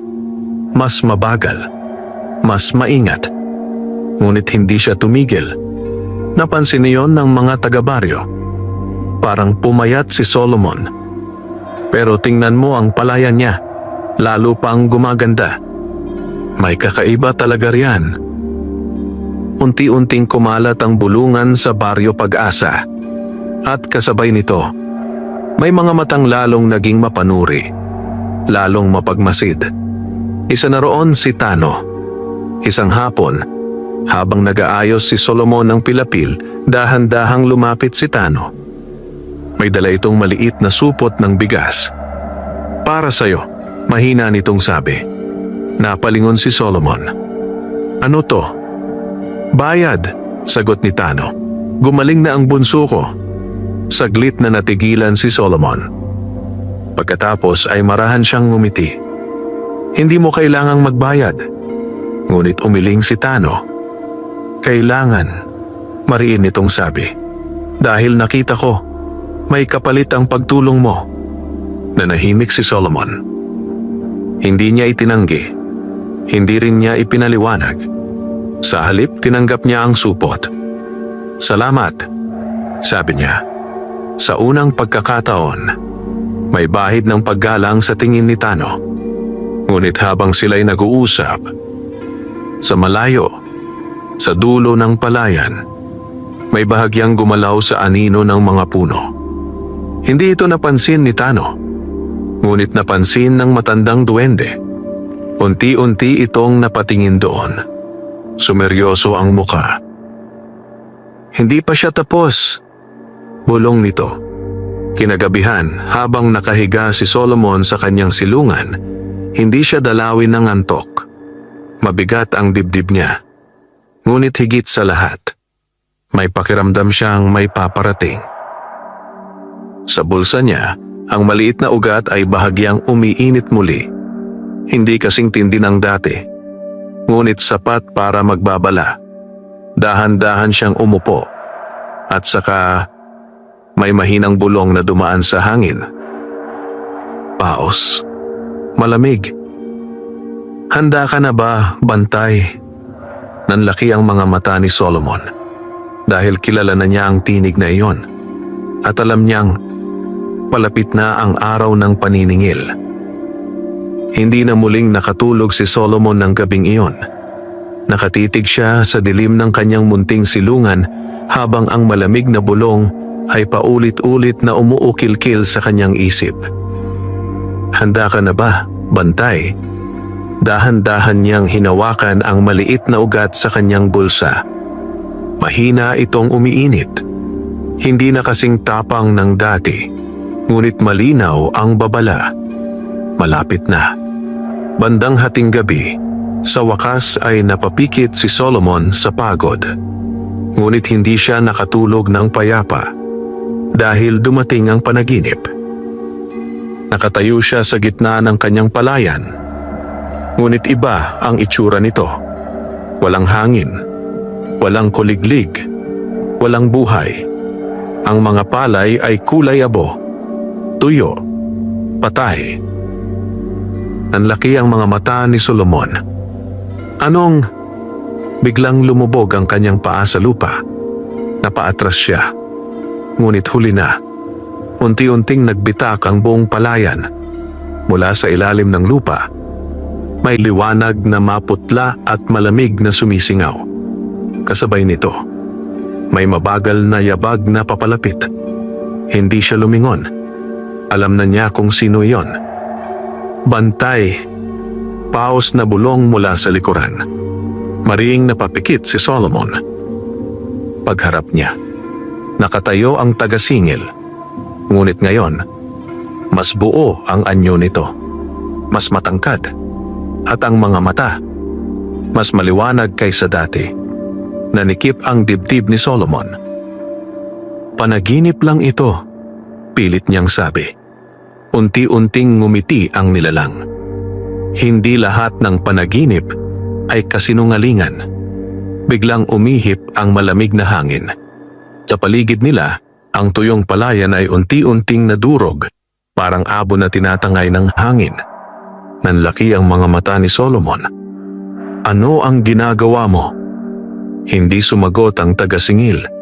Sa halip, itinaas nito ang isang kamay at itinuro ang lupa sa ilalim ni Solomon. Biglang kumabog ang dibdib niya. Sa paanan niya, unti-unting may tumutubong manipis na usbong. Ngunit hindi ito gintong halaman. Kulay abo at ang mga dahon parang may bitak. Nanlamig si Solomon. Ano yan? Mahina ang sagot ng taga-singil. Ang kabayaran na hindi mo pa nakikita. Sa isang iglap, nagising si Solomon. Hingal na hingal. Pawis na pawis. Madilim pa ang paligid, ngunit ang unang tilaok ng manok ay maririnig na sa malayo. Napahawak siya sa dibdib. Mabilis ang tibok ng puso. Panaginip lang, bulong niya. Ngunit bago pa siya tuluyang kumalma, napansin niya ang kakaiba. Sa labas ng silungan, may mahinang liwanag na hindi niya inaasahan sa oras na iyon. Nanlaki ang mga mata niya. Mabilis siyang tumayo at lumabas. At doon, nanigas siya sa kinatatayuan. Sa gitna ng kanyang palayan, ang gintong halaman ay kumikislap pa rin. Ngunit sa paanan nito, may tumubong maliit na usbong. Kulay abo. Bitak-bitak ang dahon. Eksaktong tulad ng nakita niya sa panaginip. Unti-unting nanlamig ang buong katawan ni Solomon. Dahil ngayon, alam na niya. Hindi iyon basta panaginip. Ito ay babala. At nagsimula na ang ikalawang paniningil. Nanatiling nakatitig si Solomon sa paanan ng gintong halaman. Ang maliit na usbong na kulay abo ay hindi gumagalaw, ngunit ang presensya nito ay mabigat, parang may nakabaong lungkot sa lupa. Eksaktong-eksakto ito sa nakita niya sa panaginip. Hindi na siya nag-alinlangan. Totoo nga, bulong niya. Sa likod niya, marahang lumitaw ang 3 duwende. Tahimik. Seryoso. Ang matandang duwende ang unang nagsalita. Nagising na ang ikalawang bahagi. Nanikip ang dibdib ni Solomon. Yan po ba ang sinisingil niya sa akin? Tumango ang duwende. Hindi pa buo ang bayad, sabi nito. Kaya may sumusulpot na kapalit. Dahan-dahang lumapit si Solomon sa abong usbong. Napansin niya. Hindi ito kasing sigla ng gintong halaman, ngunit may kakaiba. Parang humihinga ang lupa sa paligid nito. Mahina. Mabigat. Ano ang mangyayari kung lumaki ito? Maingat niyang tanong. Sandaling nagkatinginan ng 3 duwende. Pagkatapos ay mabigat na sumagot ang matanda. Kapag tuluyang lumago ang abong usbong, hihina ang biyaya ng lupa. Parang may kumuyom sa sikmura ni Solomon. Ibig sabihin, mawawala ang ani? Unti-unti, sagot ng duwende. Hindi agad, pero tiyak. Napapikit si Solomon. Ang baryo Pag-asa. Ang mga magsasaka. Ang mga batang umaasang hindi na muling magugutom. Hindi niya pwedeng hayaang mangyari iyon. Mariin siyang tumayo. Ano ang kailangan kong gawin? Hindi agad sumagot ang matandang duwende. Sa halip, lumapit ito sa abong usbong at marahang itinukod ang maliit na baston sa lupa. Tuk. Bahagyang umuga ang lupa. Ngunit ang abong usbong, hindi na tinag. Sa halip, bahagya pa itong tumangkad. Nanlaki ang mga mata ni Solomon. Bakit po lumalakas? Sumeryoso ang matandang duwende. Dahil hindi ito simpleng sumpa, sabi nito. Ito ay bahagi ng batas ng lumang lupa. Nanlamig ang batok ni Solomon. Ibig sabihin, hindi ko basta pwedeng bunutin? Dahan-dahang umiling ang duwende. Kapag pinilit mo, sabi nito, maaaring masira pati ang gintong halaman. Napaatras si Solomon. Para siyang naipit sa gitna ng 2 panganib. Kung ganoon, paano ko ito pipigilan? Tahimik ang paligid. Humuni ang hangin. At saka, marahang nagsalita ang matandang duwende. Kailangan mong bayaran ang natitirang utang. Biglang kumabog ang dibdib ni Solomon. Paano? Tumingin ang duwende diretso sa kanya. At doon ka susubukin. Lumipas ang maghapon na mabigat ang pakiramdam ni Solomon. Kahit pilit siyang nagtrabaho, paulit-ulit siyang napapalingon sa abong usbong. At bawat tingin niya, parang mas lumalaki ito ng bahagya. Pagsapit ng hapon, napansin niyon ni Tano. Solomon, bakit may kakaibang tumutubo riyan? Tanong nito. Napatingin si Solomon. Saglit siyang nag-isip. Pagkatapos ay mahinahon niyang sinabi, may mga bagay sa lupa na kailangang bantayan. Napakunot ang noo ni Tano. Ngunit hindi na ito nagusisa. Sa halip, tumango ito at umalis. Kinagabihan, habang nag-iisa si Solomon sa silungan, muling uminit ang maliit na ugat sa kanyang bulsa. Mas mainit kaysa kahapon. Mas mariin. Dahan-dahan siyang tumayo. At sa malamig na hangin ng gabi, muling narinig ang paos na bulong. Bantay. Napapikit si Solomon. Lumabas ka. Mariin niyang sabi. Tahimik ang paligid. Pagkatapos, sa tabi ng abong usbong, unti-unting nabuo ang anino ng tagasingil. Mas malinaw, mas buo, mas malapit. At sa malamig nitong tinig sinabi, oras na para pumili ka. Nanigas si Solomon dahil ramdam niyang Ang susunod niyang pasya ay may kapalit na hindi na basta lakas lamang. Tahimik ang buong palayan. Tanging ang malamig na presensya ng taga-singil ang bumabalot sa paligid. Sa paanan ng gintong halaman, bahagyang kumikislap ang abong usbong.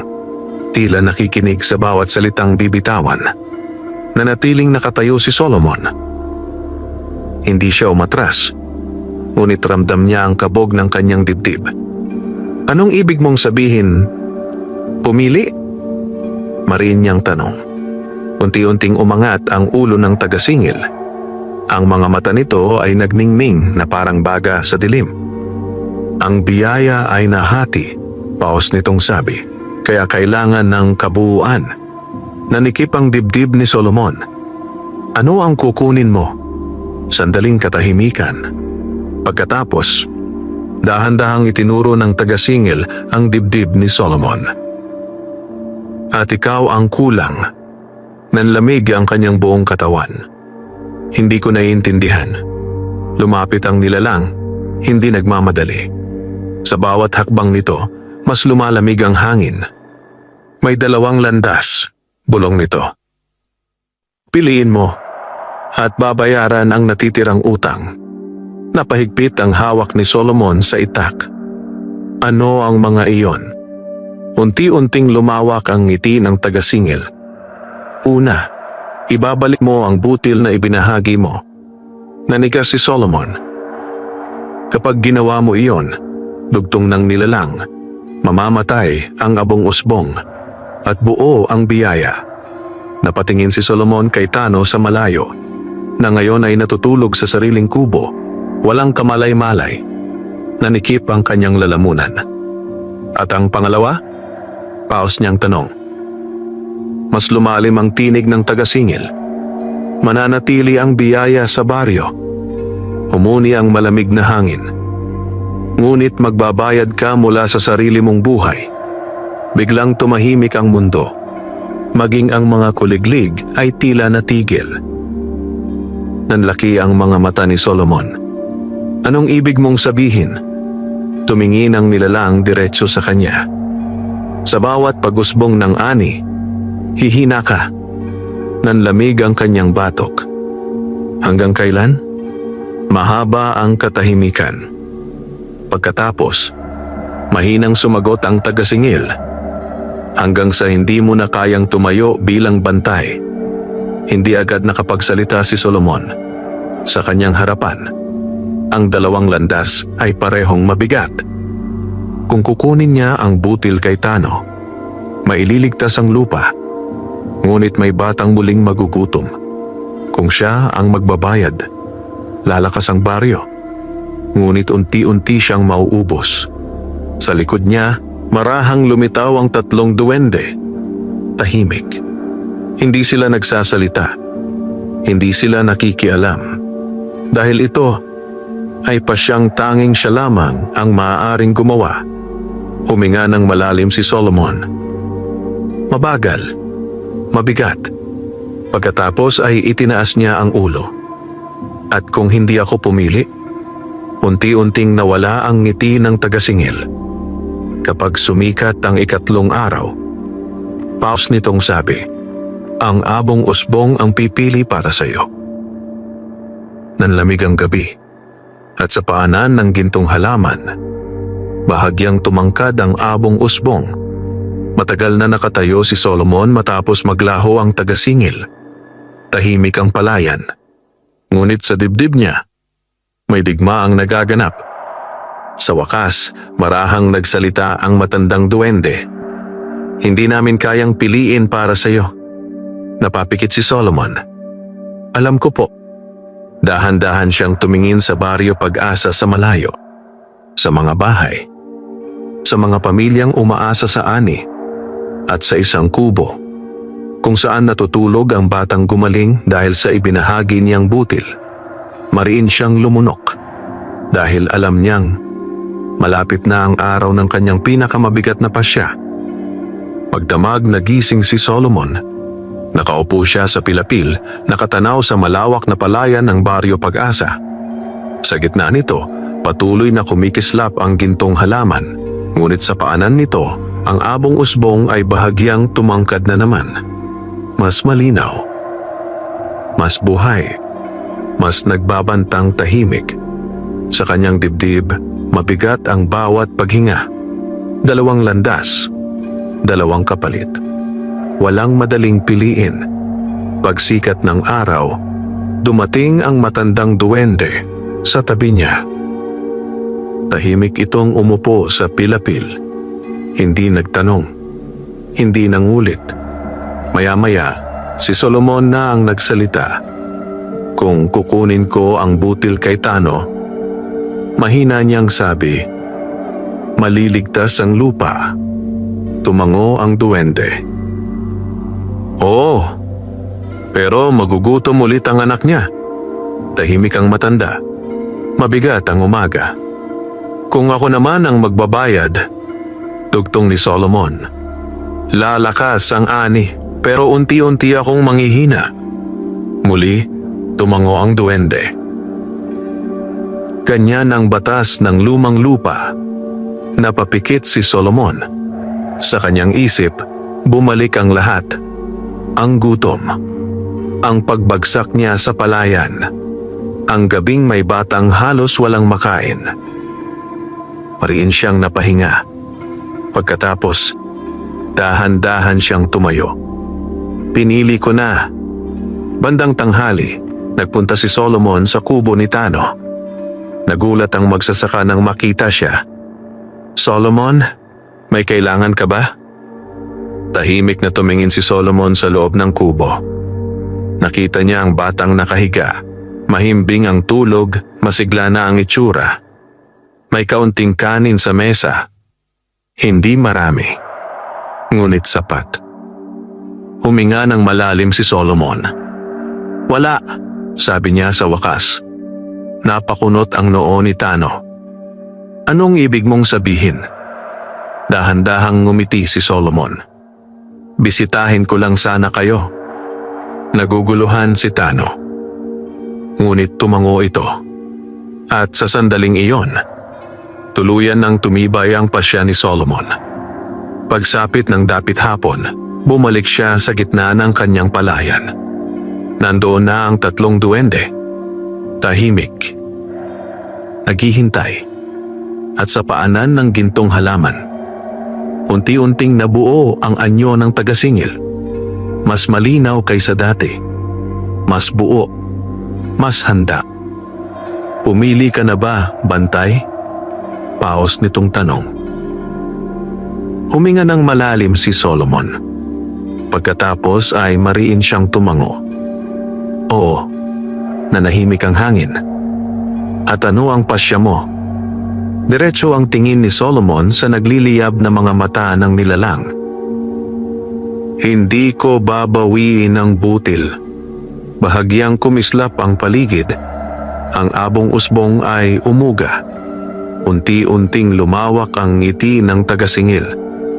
Kung ganoon, humigpit ang kamao ni Solomon. Ako ang magbabayad. Biglang, umilaw ang gintong halaman. Malakas, nakakasilaw, at kasabay nito, may mainit na alon na dumaloy mula sa dibdib ni Solomon palabas. Napasinghap siya. Napahawak siya sa lupa, nanginginig ang katawan. Ngunit hindi siya umatras. Hindi siya nagsisi. Sa harap niya, ang abong usbong ay biglang kumulubot. Unti-unti itong natuyo. Unti-unti itong nagbitak. Hanggang sa naglaho ito parang abo na tinangay ng hangin. Nanlaki ang mga mata ng 3 duwende. Tinanggap niya. Bulong ng matanda. Ilang sandali pa. Humupa ang liwanag. Tahimik muli ang palayan. Ang gintong halaman. Mas maliwanag na ngayon. Mas buhay. Mas buo. Ngunit si Solomon ay napaluhod sa putikan. Hingal. Maputla. At ramdam niya. May malaking bahagi ng kanyang lakas ang tuluyan nang nawala. Dahan-dahang lumapit ang taga-singil. Tumingin ito sa kanya. Wala nang ngiti. Wala nang pananakot. Natapos ang ikalawang utang. Pause nitong sabi. Bahagyang tumingala si Solomon. May natitira pa ba? Hingal niyang tanong. Mahabang katahimikan. Pagkatapos, mahinang sumagot ang taga-singil. Isa na lang. Nanlamig ang hangin at sa kauna-unahang pagkakataon, may bahid ng pag-aalala sa mukha ng matandang duwende. Tahimik ang palayan matapos maglaho ang taga-singil. Wala nang malamig na hangin. Wala nang nagbabantang anino. Ngunit sa gitna ng katahimikan, malinaw na malinaw ang hingal ni Solomon. Nakaluhod siya sa putikan. Nanginginig ang mga kamay. Ramdam niya ang kakaibang panghihina sa buong katawan. Parang may bahagi ng kanyang kabataan ang tuluyang nahugot. Sa harap niya, ang gintong halaman ay nagliliwanag ng mas matindi kaysa dati. Buong-buo na. Masigla. Handa. Lumapit ang matandang duwende at marahang tumabi sa kanya. Solomon, mahina nitong sabi. Hindi agad sumagot ang magsasaka. Matagal bago siya nakapagsalita. Hindi ako nagsisi. Paos niyang bulong. Bahagyang ngumiti ang matanda. Alam namin, lumipas ang mga linggo at dumating ang araw na matagal nang hinihintay ng Baryo Pag-asa. Araw ng anihan. Mula umaga hanggang hapon, abala ang buong baryo sa pag-aani. Ang mga uhay ay mabibigat at siksik. Masagana higit sa kahit anong taon na naaalala ng matatanda. Masaya ang mga tao. May tawanan. May sigawan ng tuwa. May mga batang tumatakbo sa pilapil. Hindi pa tayo nagkaganito. Sigaw ni Mang Doro habang hawak ang punong uhay. Talagang himala ito. Dagdag ng isa. Sa gitna ng lahat, tahimik na naglalakad si Solomon. Mas payat, mas mabagal. Ngunit may ngiti sa kanyang labi. Lumapit si Tano, may bitbit na bagong ani. Solomon, sabi nito, may paggalang sa tinig. Utang namin sa iyo ang taong ito. Umiling si Solomon. Sa lupa yan, sagot niya. Ngunit hindi tumigil si Tano. Sa halip, inilagay nito ang isang supot ng bigas sa kamay ni Solomon. Para sa bantay ng pag-asa. Saglit na natigilan si Solomon.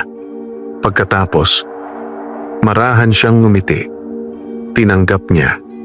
Pagsapit ng dapit hapon, nag-isa si Solomon sa gitna ng kanyang palayan. Tahimik na.